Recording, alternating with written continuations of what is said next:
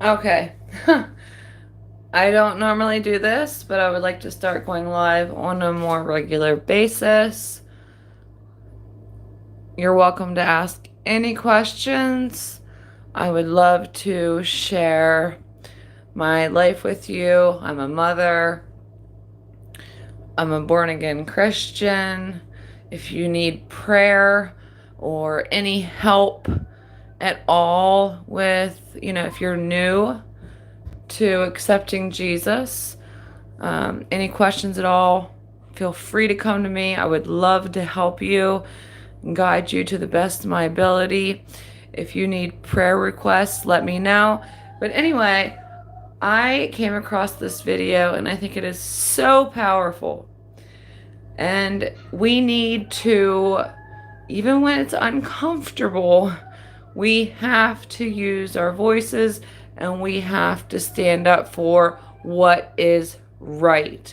And this young woman is so brave. I want you to listen to this and let me know what you think. And then we can have a discussion about it. But it's an incredible, powerful testament and really make you think, truly make you think of what's best for our children and what's really happening in this world. If we continue to stay quiet, it's gonna keep getting worse, and these people are silenced, and that's not okay. So we need to be their voice. If they're brave enough to speak their truth, we need to support them. Okay. Any questions at all? You can leave me a message and it should show up on the screen. First time doing this, so bear with me. Okay, here we go. Oh, and by the way, this is April Madden with Beauty is My Vice.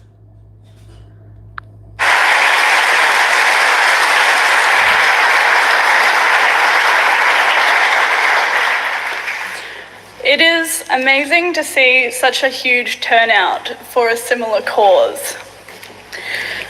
My name is Millie Fontana. I'm 23 years old, and I am a donor-conceived child of lesbian parents. I stand here with support from all three of my parents. This is a testimony that is, safe to say, unheard of, because nobody wants to hear about the other side of the rainbow, the side that is not catered for, that don't grow up happy and grow up with a dissenting idea of what a family structure should be. Growing up, I wanted a father. I felt it within me that I was missing a father before I could even articulate what a father was. I knew that I loved both of my parents, but I could not place my finger on what it is I was missing inside myself. When I hit school, I started to realize through observing other children and their loving bonds with their fathers that I really was missing out on something very special. I was lied to throughout school. I was told I didn't have a father, or that perhaps they didn't know who he was. It was very difficult for me to affirm a stable identity because of this, and my behavioral and emotional stability suffered greatly because of it. I stand here before you, raised atheist with no religious affiliations. I stand with Christians because so far in this debate, Christians are the only people trying to reflect the issues that follow with children. Christians so far are the only people trying to shine light on stories like mine. Nobody in the LGBT lobby wants to hear from someone like me. Because so far, love is love, right? We don't exist. Growing up, I would look in the mirror and I would think to myself, where did I get these green eyes? Where did I get these aspects of my personality, these talents that neither of my parents in the home had? The answer to that is quite simply my father. But in reality, it's not just the father or the donor, as they like to call it. It turns out I have an uncle, I have an auntie, and I have a grandmother, along with many loving cousins. When they chose what parts of my identity were acceptable to reveal to me, they took something from me. And where other children were able to look in the mirror and reconcile those missing parts and say, I love my mothers or my fathers, I could not, because in my eyes, who were my parents to decide what parts of me were acceptable to reveal to me? Meeting my father at 11 years old was probably the only time I had been a stable child. I saw for the very first time who I was. I looked into his eyes and I thought, that is the missing part of me. Not because I'd fantasized about having a father, but because I could put a face to who I was. So I could look at somebody who was equally responsible for my existence. I could affirm my identity based on this man. And if I had not met my father, I would not be standing here with you today, because my emotional reaction to not having him in my life, even at such a young age, was devastating, and it caused me to regress in my development. I want to talk about real equality. There's a lot of talk about equality from the LGBT lobby, but I sort of wonder what their definition of equality is, because for me, equality was being told the truth, was being respected for who I was as a whole, and not just based on what my parents desired to let me know. Equality was being able to look at both sides of my genetic family and understanding who I was. Equality is not saying that because volunteer studies of gay families and children of gays that come out with a positive outcome define it for everybody. It's completely unrealistic. I heard this lie from the LGBT back in March, saying that children don't care who their family is and that men and women are interchangeable. I consider this in itself to be a form of gender discrimination. Men and women offer complementary roles in child rearing and should probably be respected equally.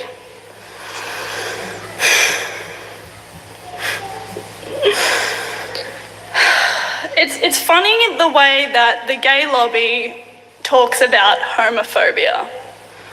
I've had stories of gay friends of mine coming to me and explaining that other gay people have called them homophobic because they would ideally prefer to raise children with a mother or a father.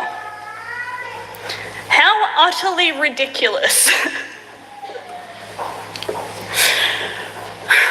Was I homophobic when I was looking in the mirror, wondering where my father was?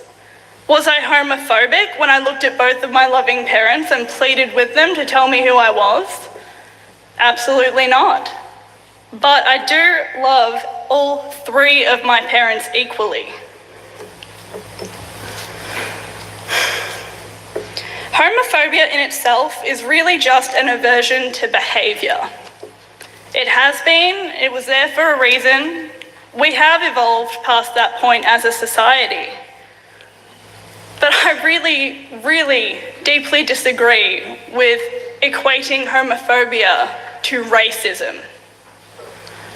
A person of colour walks into a room and everybody knows what race they are. Everybody knows they're different.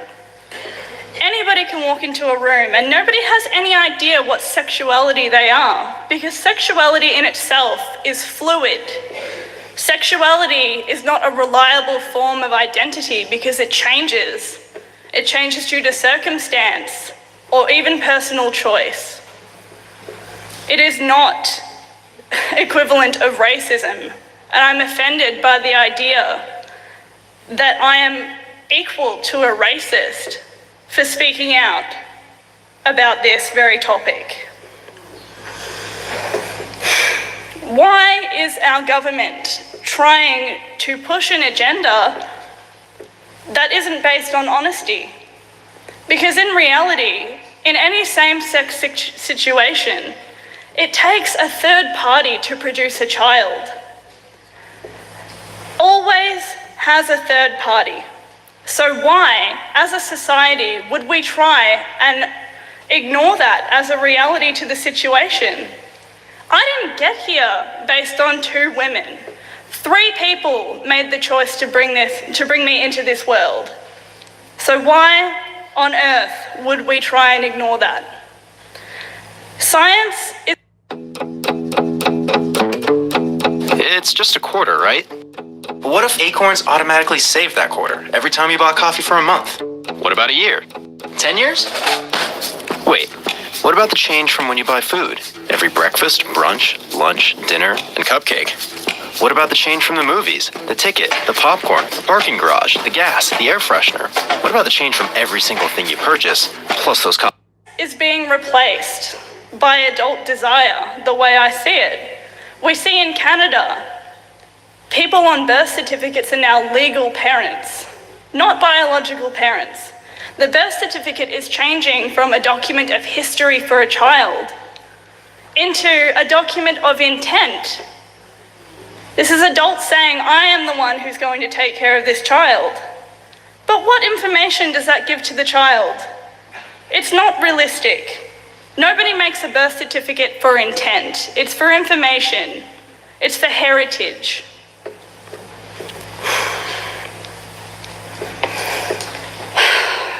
My mother pitched a question to me the other week. She said to me, Millie, what if my partner and I were able to be married?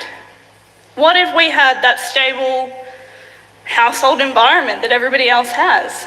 And I answered the question very simply. It was basically answered with another question, which would have been, how would psychologists have treated me for my underlying issues of fatherlessness if to acknowledge fatherlessness was a form of discrimination? How would any physician under threat of legal action have treated me under that circumstance? It was met with silence. Nobody thinks about this before we rush ahead to marriage. And I think it's really funny that Obama has stood up and said it's time for everyone else to evolve. But last time I checked, evolution took a fair few steps. It took a little longer than a decade to eventuate. And it took everybody with it.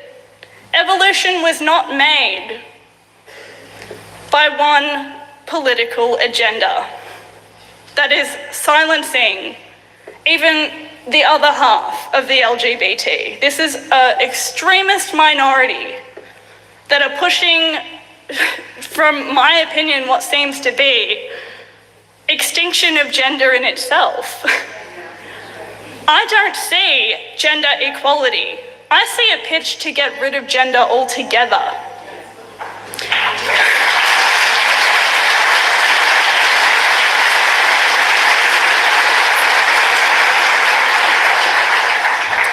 Until we as a society have a discussion that includes children like me who are not okay with parents deciding which parts are acceptable to reveal, until this discussion includes everybody who has been raised fatherless or motherless, until this discussion stops shaming children in my position for coming forward, we should not be pushing marriage through. Because evolution takes steps, And I am not going to stand here and be silenced by people telling me what was acceptable for me to feel. That I'm a bad person for wanting a father, that maybe I didn't love my mothers enough because I wanted a father. It's bull, and I won't support it. I thank you for coming here tonight. Thank you, thank you, thank you.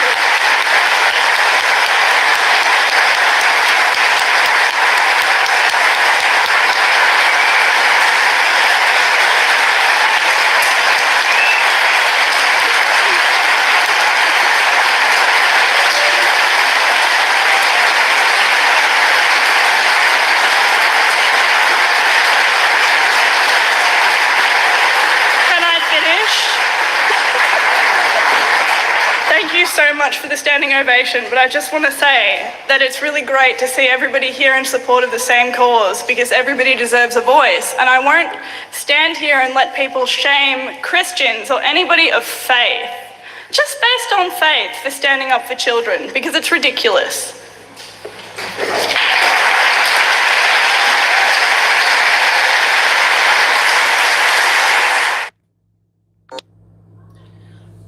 That was absolutely incredible. I just absolutely love this woman. I love her courage, and I believe it is a serious problem. I myself am a victim of in a completely different way, but victims are silenced. They're silenced by the people around them, and they're also silenced by those who have sworn to protect us. When you go for help instead of receiving safety and support, you are laughed at, mocked, and put in more danger. That's been my experience and the experience of so many other people that I know. Equality, I mean, fine. You do as you please and I do as I please, but we cannot force what we want selfishly on others. We cannot take the rights of others away because we've decided that we have to have whatever it is. It's not okay. You can't we have no right to tell others what to think, how to talk, what to accept, what not to accept.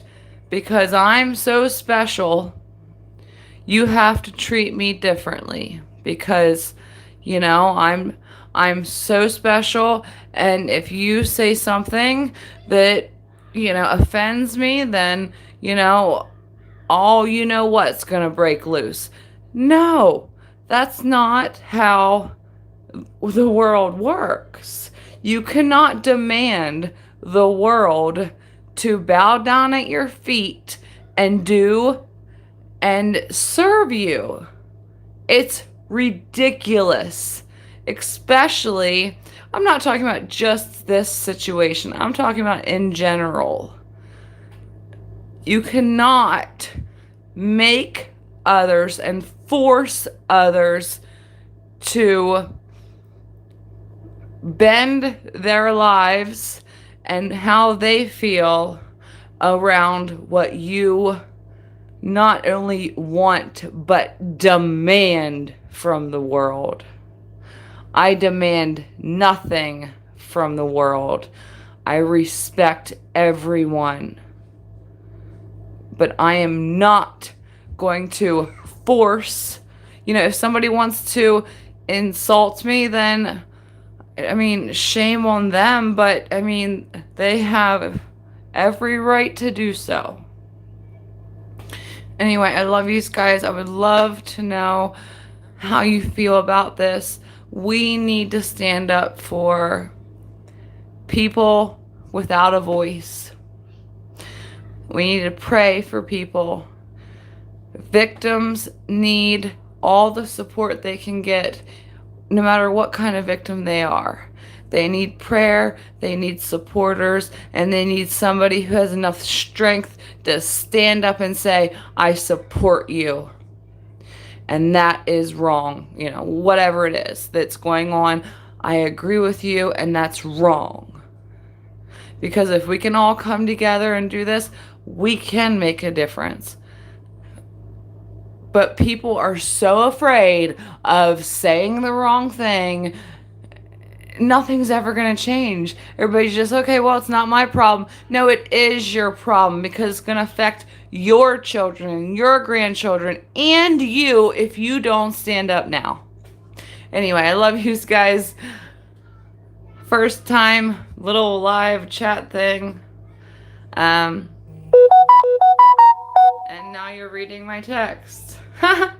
Anyway, I love you guys, and I'll try this again some other time. I have so much I want to share with you guys, and I have an incredible testimony of the amazing power and love of God, but I don't want to share it until everything is official and finalized.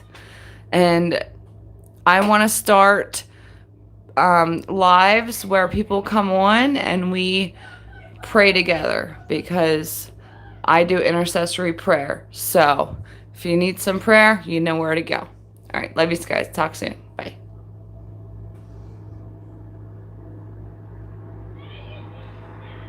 How do I stop?